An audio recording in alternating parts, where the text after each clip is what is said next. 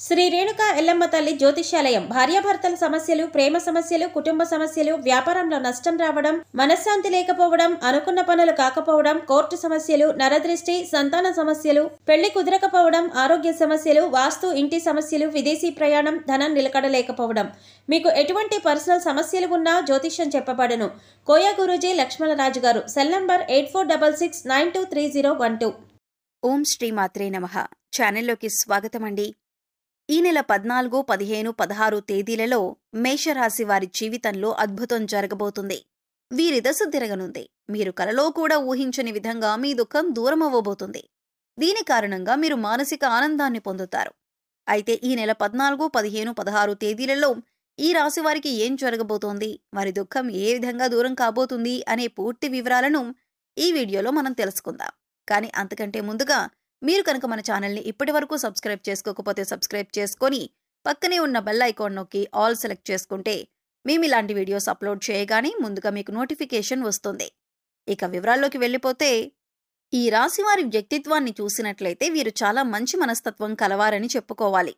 బంధాలకు, అనుబంధాలకు అధికంగా ప్రాధాన్యతనిస్తారు. ఓర్పును అధికంగా కలిగి ఉంటారు.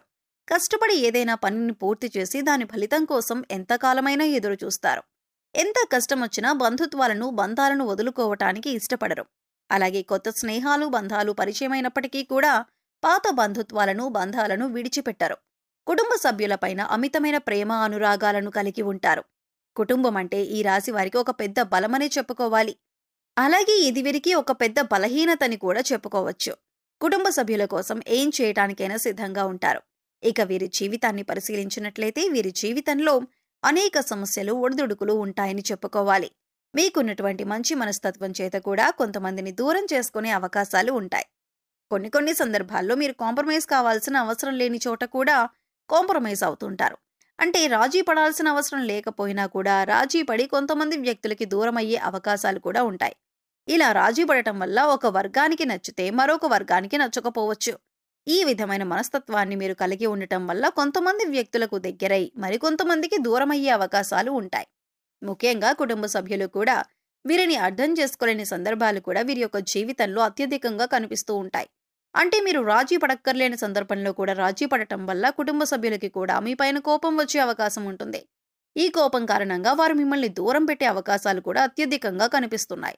అలాగే మీ యొక్క ఈ మనస్తత్వం చేత కొంతమంది మిమ్మల్ని ఉపయోగించుకునే అవకాశాలు కూడా ఉంటాయి. వారి యొక్క అవసరాలకు మిమ్మల్ని వినియోగించుకొని అటువంటి పరిస్థితుల్లో మీరు మానసికంగా ఎంతగానో కృంగిపోతూ ఉంటారు. నమ్మిన వ్యక్తుల వల్ల మోసపోయే పరిస్థితులు కూడా ఈ రాశి జాతకంలో ఎక్కువగా కనిపిస్తూ ఉంటాయి. ముఖ్యంగా మీరు పనిచేసే చోట కూడా కొంతమంది వ్యక్తుల వల్ల మీరు మానసికంగా ఎంతో కృంగిపోతారు. ఇటువంటి పరిస్థితులు కూడా మీ యొక్క జాతకంలో ఎక్కువగా కనిపిస్తున్నాయి. అయితే ముఖ్యంగా ఈ రాశి వారి యొక్క జీవితంలో ఒడిదుడుకుల సమస్యలు ఉన్నప్పటికీ ఆ భగవంతుని ఆరాధనలో మీరు నిత్యం సమయాన్ని గడపటం వల్ల ఖచ్చితంగా వీరికి శుభ ఫలితాలైతే కలుగుతాయి. ప్రతినిత్యం ఇష్టదైవనామ స్మరణ చేసుకుంటూ ఉండాలి. దీనివల్ల మీకు దైవబలం పెరుగుతుంది. మానసికంగా దృఢంగా ఉంటారు.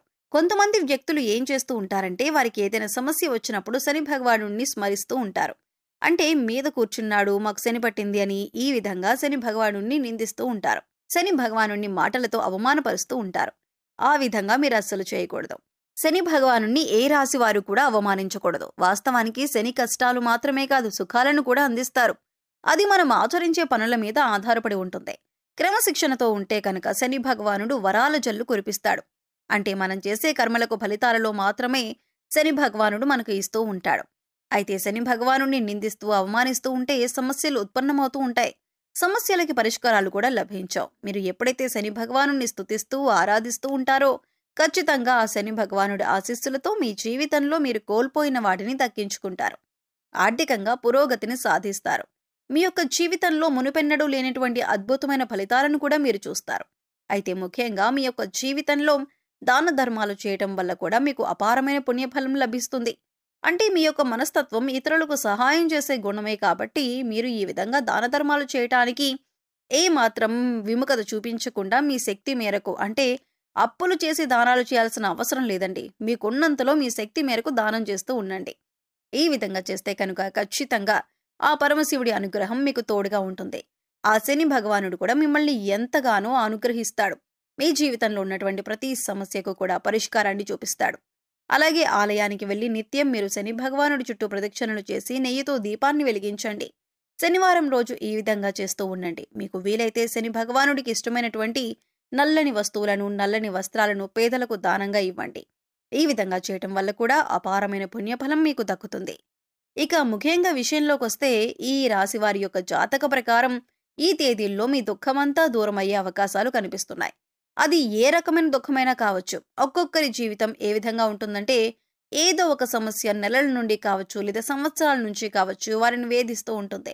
కుటుంబ సభ్యుల మధ్య సఖ్యత లేకపోవడం కావచ్చు, ఆర్థికంగా ఇబ్బంది పడుతూ ఉండొచ్చు, లేదా మీ వృత్తి వ్యాపారానికి సంబంధించిన సమస్య అవ్వచ్చు, లేకపోతే ఇరుగు పొరుగు వ్యక్తులతో విభేదాలు, లేకపోతే బంధువులతో విభేదాలు. ఈ విధంగా ఒక్కొక్కరి జీవితంలో తీరని సమస్య అంటూ మానసికంగా వారిని వేధించేటటువంటి ఒక పెద్ద సమస్య ఉంటుంది.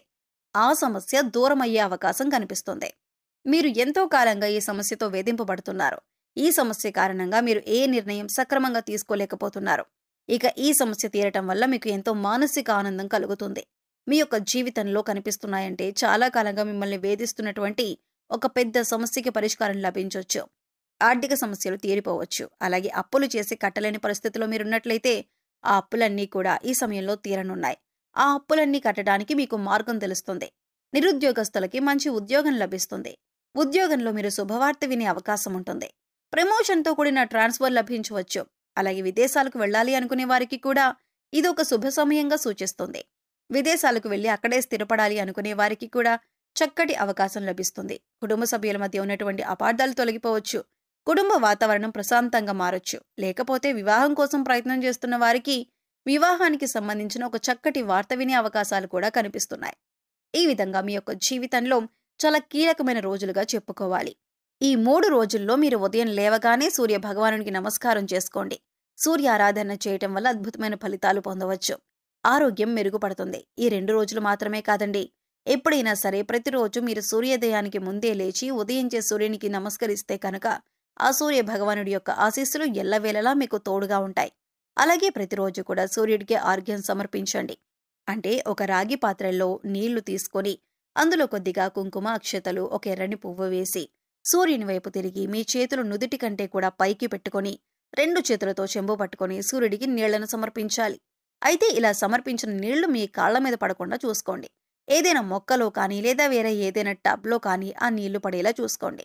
అలాగే ఇంట్లో కూడా ప్రతిరోజు దీపారాధన చేయండి.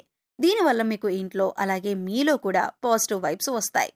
సో చూశారు కదండి, ఈ నెల 14, 15, 16 తేదీలలో ఈ రాశి వారికి తీరని కోరిక ఏ విధంగా తీరనుంది, అలాగే ఎవరి స్థితిగతుల్ని బట్టి, ఎవరి అవసరాలను బట్టి వారికి ఏ విధమైన కోరిక తీరనిది ఉంది అనే అంశాలతో పాటుగా ఈ సమయంలో మీరు చేసుకోవలసిన దేవతారాధన గురించి, అలాగే పరిహారాల గురించి ఈ వీడియోలో మనం వివరంగా తెలుసుకున్నాం కదా. ఈ వీడియో మీకు నచ్చినట్లయితే లైక్ చేయండి.